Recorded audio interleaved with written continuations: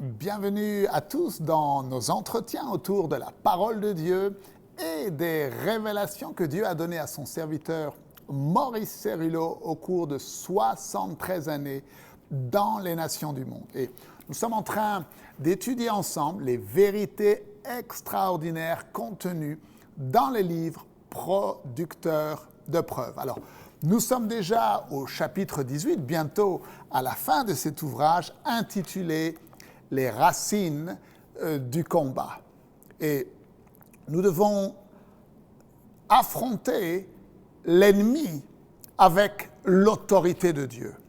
Dieu agissant en nous et vaincre l'ennemi avec les armes que Dieu a préparées depuis toute éternité afin que nous les utilisions. Et pour ce faire, il y a une question cruciale à laquelle nous devons répondre concernant notre équipement spirituel et notre capacité lorsque nous sommes dans le champ de bataille.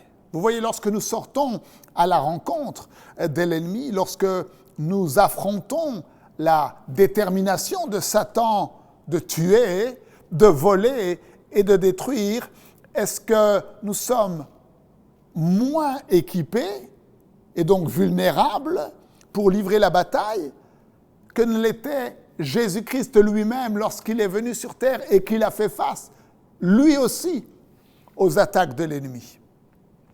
Jésus dit dans Matthieu au chapitre 28 et au verset 18, « Tout pouvoir m'a été donné dans le ciel et sur la terre. » Et en tant que corps de Christ, nous devons comprendre que Jésus est venu sur cette terre avec un but qui est bien plus grand que de simplement mourir sur la croix. Vous voyez, Jésus-Christ est venu sur terre avec un but précis. C'est que ce que l'homme avait perdu dans le jardin d'Éden à cause de la désobéissance d'Adam et Ève et qui lui a été dérobé par la tentation, eh bien, Dieu a envoyé Jésus-Christ afin de reprendre tout ce que le diable nous avait volé. Et quand Jésus a fait face à l'ennemi, bien qu'il fût Dieu incarné, il était cependant 100% homme. Et nous lisons dans Hébreux 2, au verset 17, « En conséquence, parlant de Jésus, il a dû être rendu semblable en toutes choses à ses frères, afin qu'il fût un souverain sacrificateur, miséricordieux et fidèle dans le service de Dieu, pour faire l'expiation des péchés du peuple. » Mes amis, Jésus-Christ est maintenant assis à la droite de la majesté divine dans les cieux en tant que notre souverain sacrificateur. Et parce que Jésus a vaincu Satan en tant qu'homme, alors il peut également secourir nous tous ici sur terre qui sommes également des hommes et qui avons également des besoins. Hébreux 2, 18 nous dit « Car ayant été tenté lui-même en toutes choses, dans ce qu'il a souffert, il peut également secourir ceux qui sont tentés. » Alors, nous devons comprendre que Jésus a été éprouvé comme un homme. C'était en tant qu'homme que Jésus a été éprouvé. C'est en tant qu'homme que Jésus a été mis à l'épreuve. C'est en tant qu'homme qu'il est ressorti de chacune de ces confrontations victorieux. Pourquoi ? Eh bien, afin qu'un jour, vous et moi, nous puissions nous rendre compte que parce qu'il avait vaincu en tant qu'homme, eh bien, nous pouvons également vaincre Satan en tant que tel, sans avoir de divinité inhérente. Il est venu ici dans un but. Comprenez bien ce dont je parle maintenant. Engager le combat contre l'ennemi, en sortir vainqueur à travers une lutte spirituelle. Il ne possédait pas plus de ressources que celles qui sont disponibles pour vous et moi aujourd'hui, et il a remporté la victoire.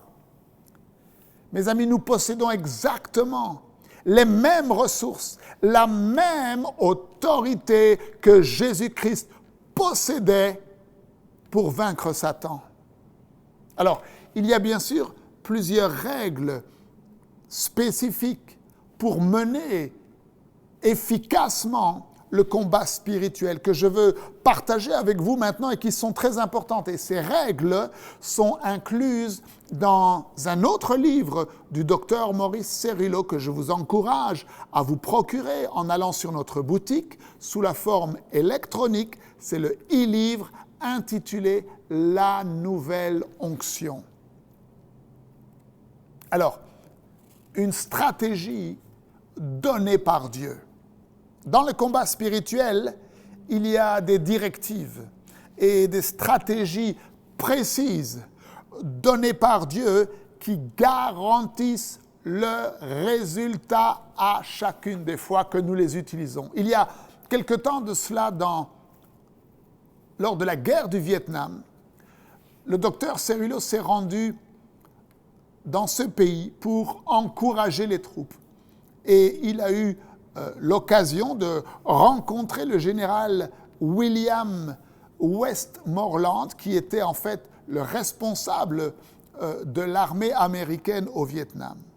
Nous avons passé quelque temps ensemble, dit le docteur Cerullo. Je lui ai donné une Bible, j'ai prié pour lui et pour ce qui se produisait au Vietnam. Et j'ai posé une question pertinente au général. Il lui a dit: pourquoi est-ce que nous n'arrivons pas à gagner cette guerre ici au Vietnam? Nous avons pourtant des forces militaires puissantes aux États-Unis. Pourquoi est-ce que nous n'arrivons pas à vaincre? Et il m'a répondu: docteur Cerullo, nous ne sommes pas ici pour gagner la guerre. Nous sommes ici pour essayer seulement de stabiliser le peuple du Vietnam du Sud. Et dès l'instant où le général a donné cette réponse au docteur Cerullo, eh bien le docteur Cerullo savait qu'il était absolument impossible pour l'armée américaine de gagner. Pourquoi, me direz-vous? Eh bien, parce que nous n'avions pas une stratégie pour la victoire.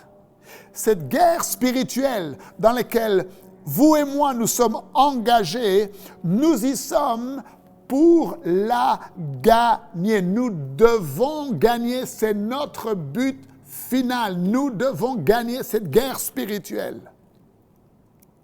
Alors, la toute première règle du combat spirituel, essentielle, vous devez localiser votre ennemi. Vous ne pouvez pas vous battre contre un ennemi que vous ne pouvez pas premièrement localiser. Et une des raisons pour lesquelles nous rencontrons dans l'Église de Jésus-Christ de nombreux problèmes en tant que serviteurs de Dieu est que nous n'avons pas les armes spirituelles pointées vers un ennemi que nous avons localisé. Mes amis, nous devons comprendre que notre combat est spirituel. La plus grande partie des activités dans le ministère est très souvent superficielle, à la surface. On s'occupe essentiellement des choses extérieures. Nous n'avons pas pleinement compris que notre combat n'est pas contre la chair et contre le sang. Beaucoup de parents, par exemple, ont élevé leurs enfants du mieux qu'ils ont pu en les emmenant à l'église, en leur parlant de Jésus-Christ. Mais maintenant, ces mêmes jeunes-là sont tombés dans la drogue, dans l'alcool, dans la promiscuité. Vous savez, nous devons comprendre, il y a une raison, pas dans le naturel, mais dans le spirituel, qui fait que ces jeunes-là se sont tournés vers l'alcool, vers la drogue et sont devenus rebelles à leurs parents.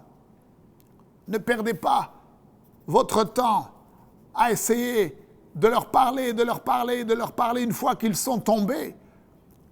Parce que vous ne traiterez que le problème à la surface.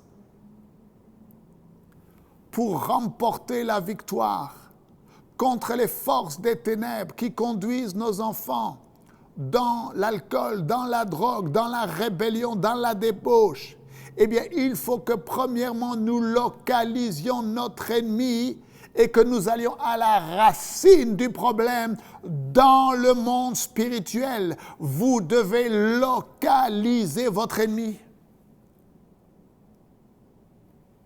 Mes amis, nous n'allons pas nous occuper de notre ennemi d'une manière efficace simplement en agitant des bannières contre la pornographie ou en protestant devant des sex shops ou en agitant des bannières contre l'alcool devant les bars. Non. Notre guerre est une guerre contre les principautés dans les lieux célestes. Notre combat n'est pas contre la chair et le sang. Nous nous battons contre les principautés, contre les dominations, contre les esprits méchants dans les lieux célestes.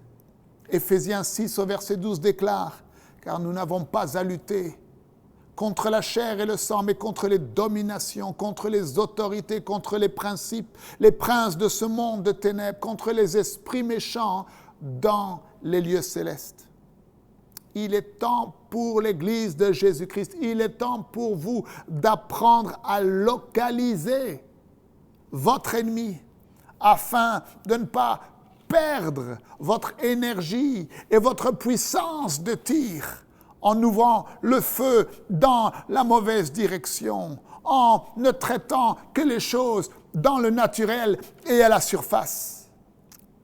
S'il vous plaît, regardez vos mains, maintenant encore. Ces mains doivent aller au-delà de la surface, au-delà du superficiel, par l'intercession, par la prière, par les supplications, par la puissance du Saint-Esprit et entrer à la racine du problème dans le monde spirituel. Vous devez vous saisir de la racine, de la cause du problème, quel qu'il soit, en allant à la racine. Et ainsi vous pourrez les vaincre. Ainsi vous pourrez mettre la hache à la racine de l'arbre.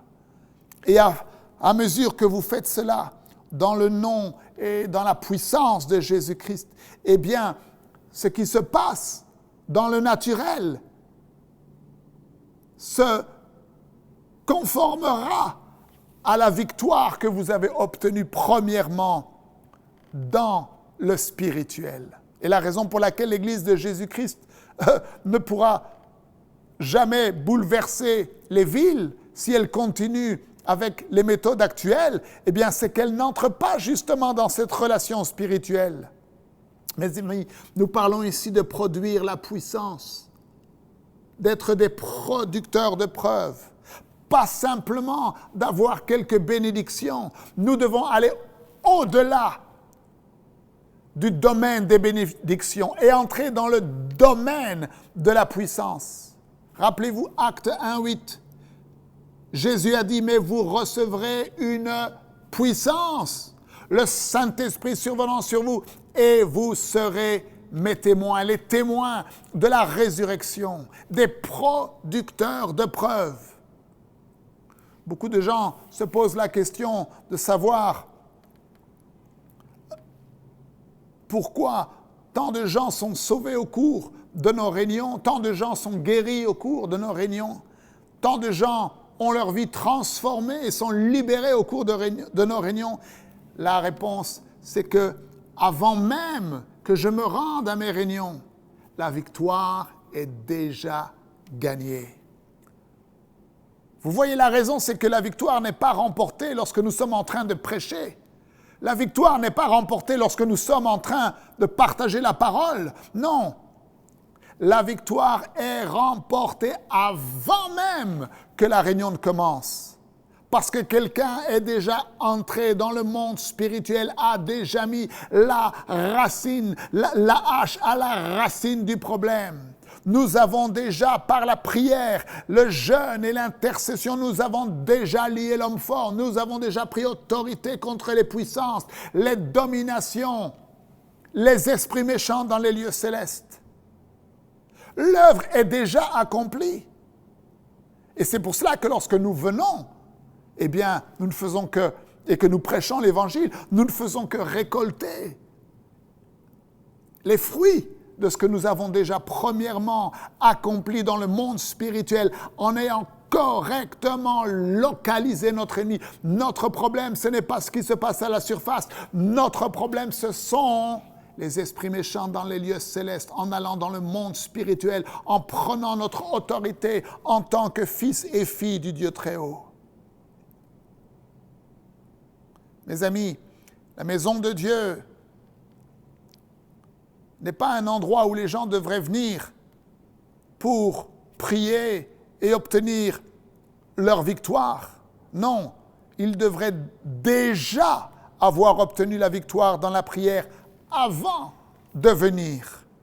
Alors lorsque nous nous assemblons pour adorer Dieu, nous pourrons alors exercer un ministère envers les malades, envers les affligés, les indigents et ceux qui ont véritablement des besoins. Et les miracles de Dieu se produiront et les besoins, quels qu'ils soient, seront pourvus. Voilà, mes amis, l'œuvre de Dieu selon le plan de Dieu. Oh, alléluia! Nous voilà déjà arrivés à la fin de ce chapitre incroyable. La prochaine fois, nous verrons le chapitre 19 intitulé « Déterminons la force de l'ennemi pour le vaincre ». Je vous encourage à visiter notre site internet mcwe.fr. Vous pourrez y déposer vos requêtes de prière, vous pourrez y faire vos dons en ligne et vous pourrez également visiter la boutique et vous procurer tous les e-livres du Dr Cerullo en français. Je vous encourage également à vous inscrire à l'école du ministère en ligne qui est mise à votre disposition gratuitement tous les jours sur nos plateformes Facebook, YouTube ou en podcast. Il vous suffit de cliquer sur le lien qui est dans la description ci-dessous. Vous pourrez profiter des enseignements complets par vidéo du Dr Cerullo. Merci pour votre attention. Que Dieu vous bénisse. Et n'oubliez pas, la francophonie appartient à Jésus. À très bientôt pour un prochain enseignement avec le Dr Cerullo. La francophonie appartient à Jésus. Pour toute information, rendez-vous sur www.mcwe.fr.